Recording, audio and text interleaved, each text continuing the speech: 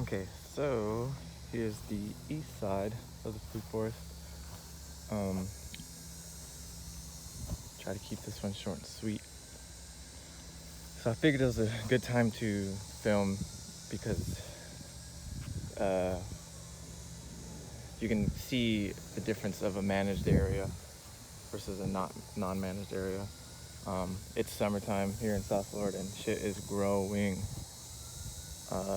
I turned my head for like 5 seconds and turned back around and shit's just overgrown. So I was away last weekend in Key West doing some work and had a couple days off from the property, and so I came back to a very overgrown site, which is cool. You know, a couple days, tons of growth, but that means, you know, a lot of managing. I usually come out here for a little bit every morning and, you know, do some managing. So it was cool to just do a major manage and get a lot of biomass in the ground. Look at this Mexican sunflower. So yeah, you can definitely see how much space and airflow is freed up and breathing space for all the plants, because that's the whole idea with Syntropic agroforestry. You know, it's instead of a linear growth, you know, forests in nature, forests grow in pulses, you know. Tree falls and a clearing happens, things grow from there. So this is kind of mimicking that, where this is very accumulated here. The plants that I want to grow big are kind of getting trapped, so to speak, with all the growth. So if I don't do this and chop it down and mulch it down, then things will just stop or slow down. Whereas over here, you know, sunlight is able to enter, airflow is able to enter, things are able to just grow more vigorously. And then it will eventually get shaded out again, and the cycle forever continues. But anyways, I figured it was a good time to film because I've done some managing and some parts I haven't, so you can see that difference. Here's the Napier grass around my compost pile, and I just cut it back like 2 days ago or something, or maybe it was yesterday actually, or 2 days ago, and it's already starting to come out. This Napier grass, because of the compost, is growing like wild, and it produces so much biomass. I actually have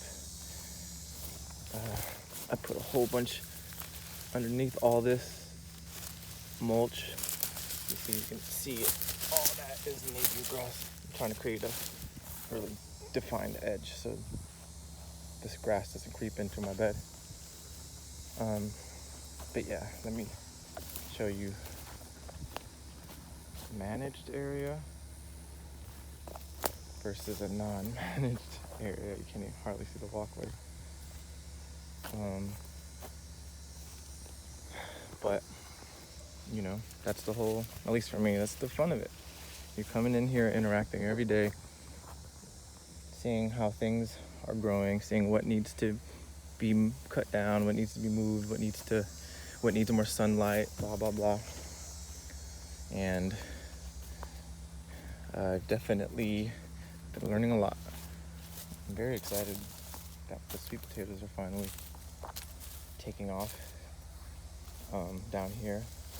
I could open up a little bit more sunlight for them, but I mean, I actually did with this managing here, but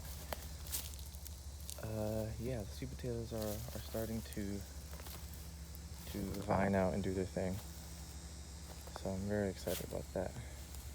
And there's a couple different varieties of sweet potato in there, but in my head, I just pictured by this time of the year, this whole middle section was going to be crazy, you know, sweet potato vines everywhere. But you know, things take their time growing. The soil here isn't the best, if you could even call it soil. Like I said in the last video, it's straight up sand. Again, earleaf acacia, I'm keeping that pruned up high so it keep growing up, and feed my babies.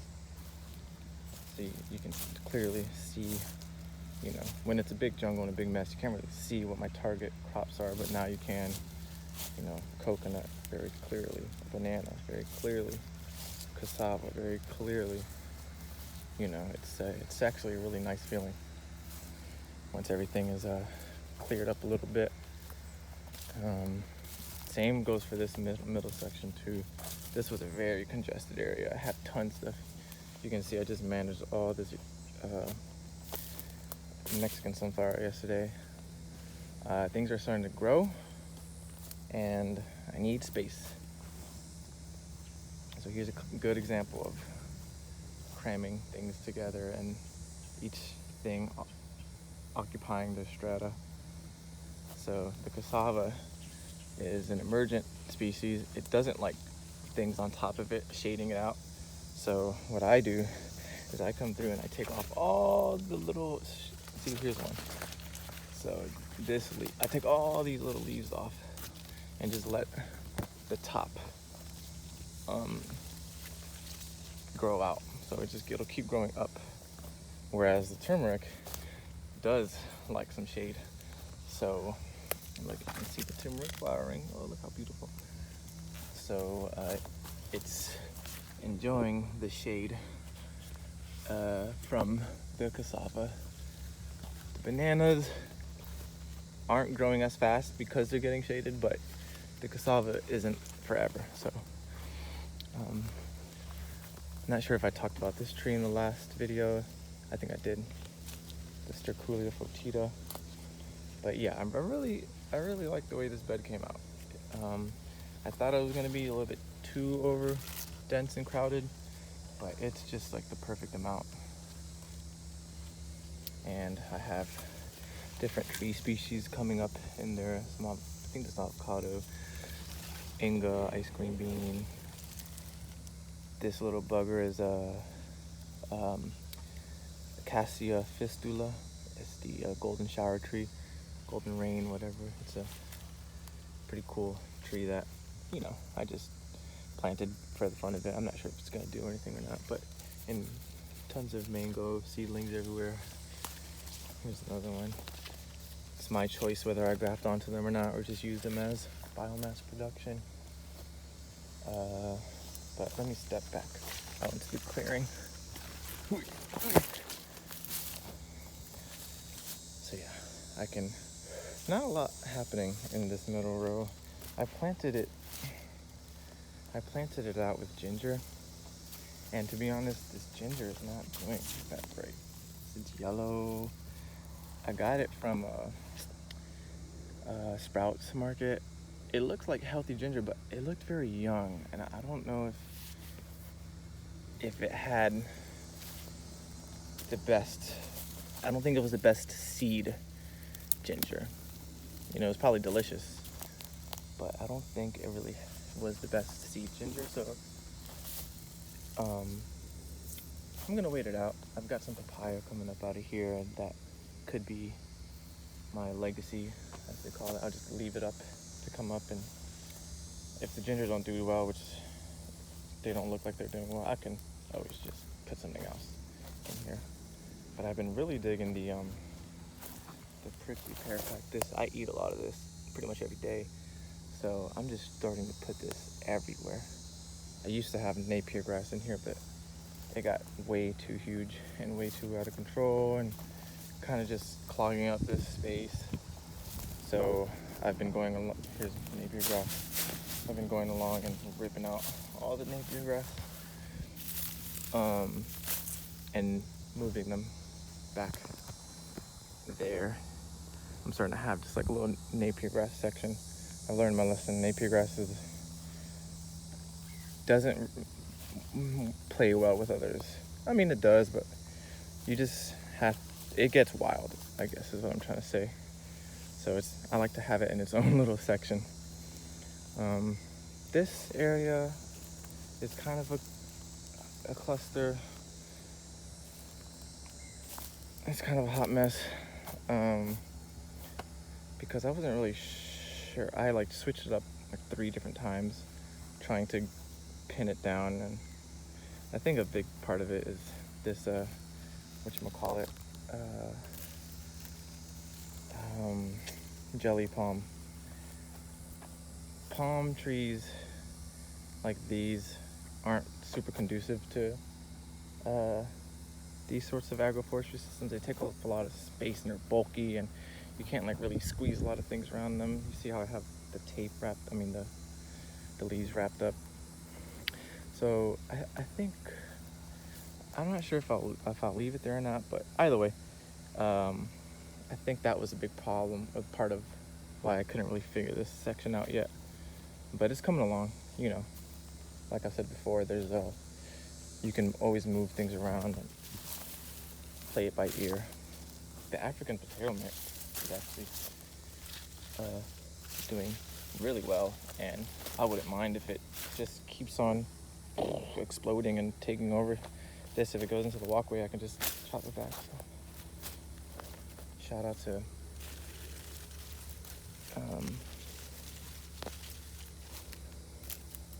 Erica, who hooked me up with this. And I forget the other guy's name. But anyways, they also hooked me up with this ginger. Peruvian yellow ginger, I think they told me it was. And this section is more cassava and banana consortium with turmeric down here as well. So you can see there's a lot more space over here. I sort of started to dial it in once I got this far.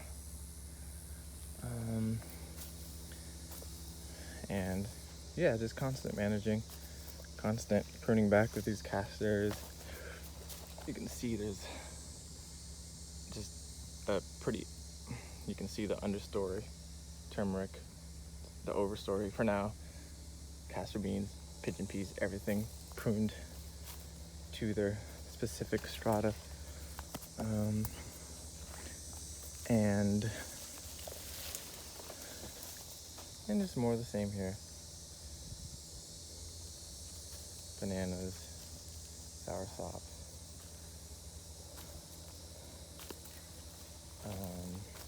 mamey, capote,